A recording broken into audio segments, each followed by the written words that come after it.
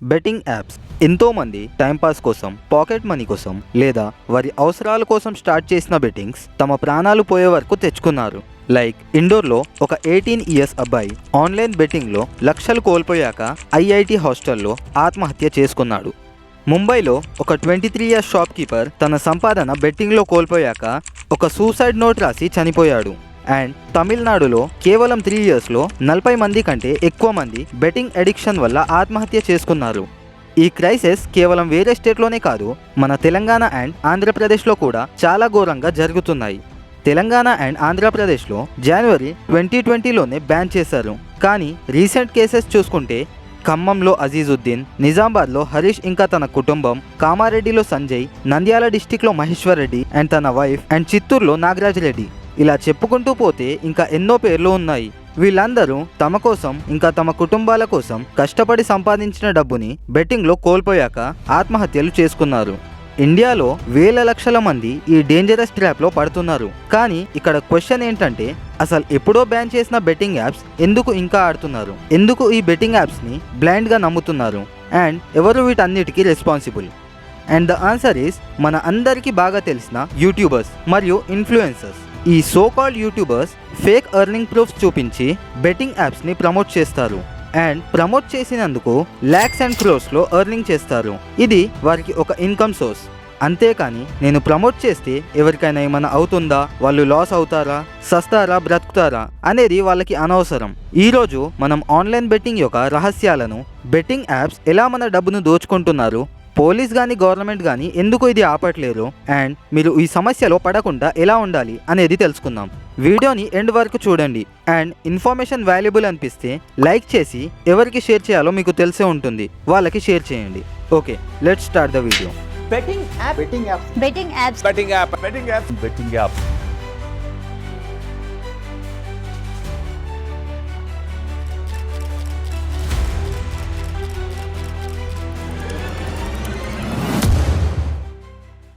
Betting apps గురించి మీకు అర్థం అవ్వాలంటే నేను ఒక ఎగ్జాంపుల్తో చూపిస్తాను. అప్పుడు మీకు క్లియర్గా అర్థమవుతుంది. రోహన్, ఇతను ఒక సాధారణమైన మిడిల్ క్లాస్ వ్యక్తి.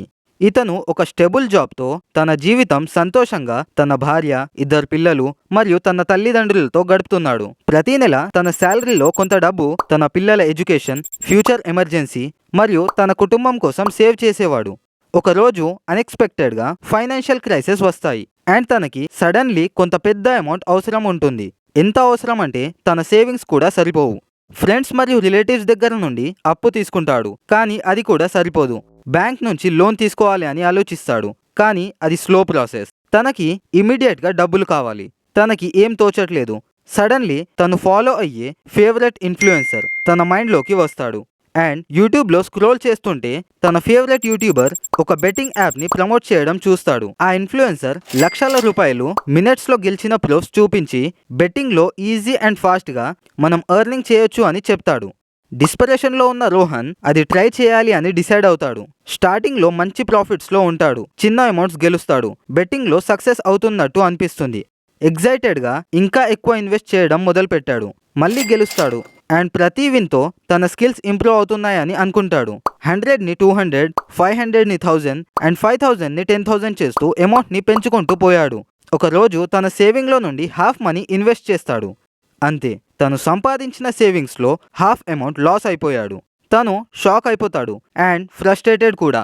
ఒక బెట్తో మళ్ళీ రికవర్ చేసుకుందామని అనుకుంటాడు, కానీ అది జరగలేదు.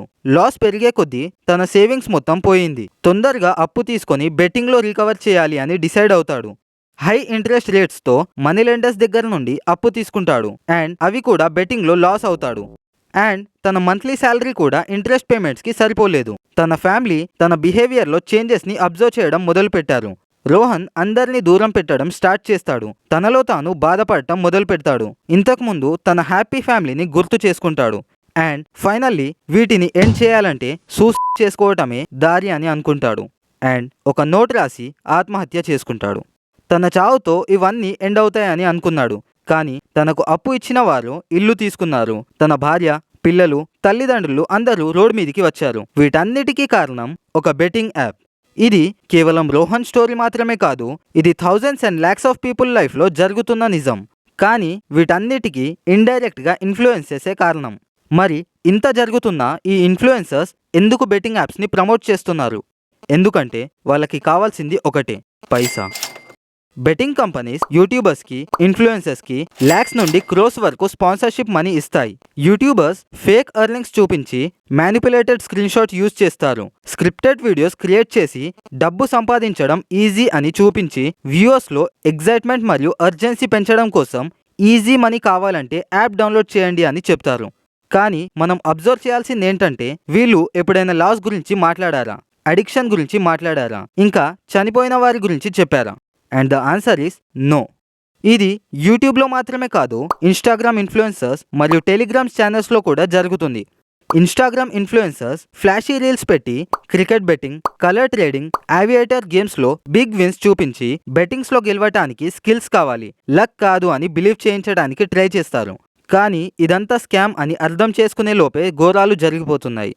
ఈ ఇన్ఫ్లుయెన్సర్స్ మరియు గ్రూప్ అడ్మిన్స్ వ్యూవర్స్ చేసిన ప్రతి లాస్కి కమిషన్ సంపాదిస్తారు. మనం ఎంత ఎక్కువ కోల్పోతామో వాళ్ళు అంత ఎక్కువ సంపాదిస్తారు. వాళ్ళకి ఇది ఒక బిజినెస్ డీల్. చాలామంది బెట్టింగ్ యాప్స్ వల్ల తన జీవితంలో రిచ్ అవ్వచ్చు అని అనుకుంటారు. కానీ ఈ బెట్టింగ్ యాప్స్ డిజైన్ చేసిందే మనల్ని లాస్ చేయడానికి. ఎలా అనేది మీకు ఒక ఎగ్జాంపుల్తో చెప్తాను. ఇమాజిన్ చేయండి, మీరు మీ ఫ్రెండ్స్తో ఒక కార్డ్ గేమ్ ఆడుతున్నారు. మీరు స్టార్టింగ్లో ప్రాఫిట్ వచ్చిన తర్వాత లాస్ అవుతారు. అప్పుడు మీరు ఏం చేస్తారు? అక్కడ నుండి వెళ్ళిపోవడం లేదా లాస్ అవుతోందని గేమ్ ఆపేస్తారు. కానీ ఆన్లైన్ బెట్టింగ్స్ అలా పని చేయవు. వాళ్ళకి మీరు గేమ్ నుండి వెళ్ళిపోవడం ఇష్టం ఉండదు. బెట్టింగ్ యాప్స్ మీరు అడిక్ట్ అవ్వడం కోసం సైకలాజికల్ ట్రిక్స్ వాడతారు. లైక్ మీరు లాస్ అయిన తర్వాత ఇంట్రెస్ట్ పోయి గేమ్ ఆఫ్ చేయగానే ఫోన్లో నోటిఫికేషన్స్ పంపిస్తుంది. Like your profit is waiting, one more game and you can recover your loss, win 50,000 in just 5 minutes. ఇది మీ ఇంపల్సెస్ని యాక్టివేట్ చేయడం కోసం.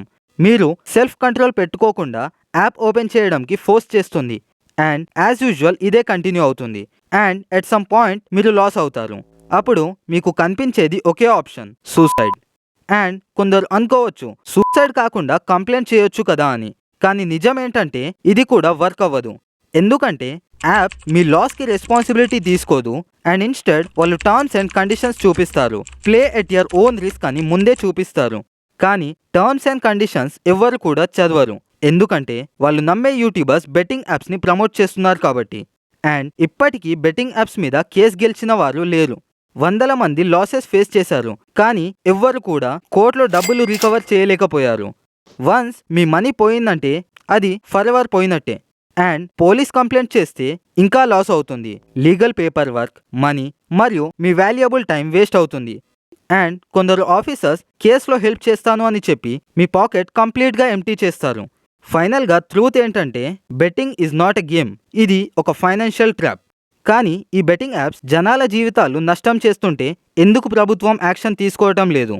నా ఒపీనియన్లో గవర్నమెంట్ ఈ 4 స్టెప్స్ ఫాలో అయితే ఎంతోమంది ప్రాణాలు కాపాడొచ్చు. అందులో number 1, ban betting app promotions.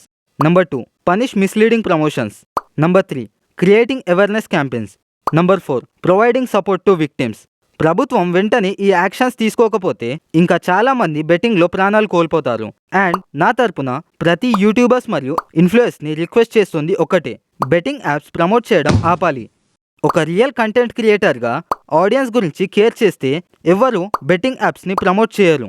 And వ్యూయర్స్కి నా రిక్వెస్ట్ ఏంటంటే ఎమర్జెన్సీ సిచ్యుయేషన్స్ అందరికీ వస్తాయి, ఫైనాన్షియల్ స్ట్రగల్స్ అందరికీ ఉంటాయి. కానీ బెట్టింగ్ యాప్స్ ఎప్పటికీ సొల్యూషన్ కాదు. మీ జీవితం చాలా వాల్యుయబుల్. మీ ఫ్యామిలీ మీకోసం ఎప్పుడు తోడుగా ఉంటుంది. మీ పేరెంట్స్ కోసం మీరు కన్న కలలను మర్చిపోకండి. ఒక చిన్న ఫైనాన్షియల్ ప్రాబ్లం వల్ల మీ జీవితాన్ని మీరు చేతులారా నాశనం చేసుకోకండి. మీరు ఒకవేళ బెట్టింగ్లో లాస్ అయితే మీ హోప్స్ వదలకండి. మీకు సపోర్ట్ చేసే ఫ్రెండ్స్, ఫ్యామిలీ లేదా ఎవరైనా పెద్దవాళ్ళతో షేర్ చేయండి. లేదా ఇన్స్టాగ్రామ్లో DM చేయండి. నా సైడ్ నుండి నేను ఎంతో కొంత హెల్ప్ చేస్తాను. మీరు ఎప్పుడు కూడా ఒంటరి వారు కాదు. ప్రతి ప్రాబ్లంకి సొల్యూషన్ ఉంటుంది. సో నా ఒపీనియన్లో చావడం ఒక సొల్యూషన్ కాదు. అదే సిచ్యువేషన్ కనుక వస్తే ఒక్కసారి కూర్చొని ఆలోచించండి. మీ ఒపీనియన్స్ ఏంటి? ఈ బెట్టింగ్ యాప్స్ని పూర్తిగా బ్యాన్ చేస్తారా, లేదా కొద్ది రోజులు ఆపేసి మళ్ళీ మొదటికి వస్తారా? కమెంట్స్లో షేర్ చేయండి. ఈ వీడియోని ఫ్రెండ్స్ అండ్ ఫ్యామిలీతో షేర్ చేయండి. మీ యొక్క షేర్ ఒక వ్యక్తి జీవితం కాపాడొచ్చు. Stay strong, stay aware, stay safe. That's all for today. Thank you.